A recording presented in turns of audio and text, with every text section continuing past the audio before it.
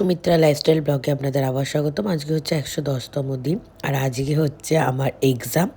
তো সকাল সকাল উঠে ফ্রেশ হয়ে নিলাম আর মাসি ওখানে একটু আমার জন্য খাবার করছে, মানে তরকারি করছে গরম, আমি মুড়ি খাবো। আর এখানে আমি রেডি হতেও বসে গেছি। প্রথম কথা তো ছোটোবেলায় এক্সাম দিয়েছিলাম, এক্সামের অনেক টেনশান মাথায় ঘুরছিল, জানি না কীরকম যাবে, বাট তাও একটুখানি রেডি হতে হতে খাতা খুলে দেখছিলাম, তালগুলো মনে করছিলাম, এই সবগুলোই করছিলাম। আর এখানে একা একাই রেডি হচ্ছি চুলটা বেঁধে। এখানে যেহেতু আমার সব কিছু জিনিস বয়ে আনিনি, সেটিং স্প্রেটাও আনতে ভুলে গেছি, মানে হেয়ার স্প্রেটা আর কি, তাই জন্য চুলটা একটু এদিক ওদিক হয়েও যাচ্ছিলো। তারপরে সুন্দর করে রেডি হয়ে নিলাম। আর আমাকে কেমন দেখতে লাগছে এই লুকটায় অবশ্যই তোমরা কমেন্ট করে জানিও।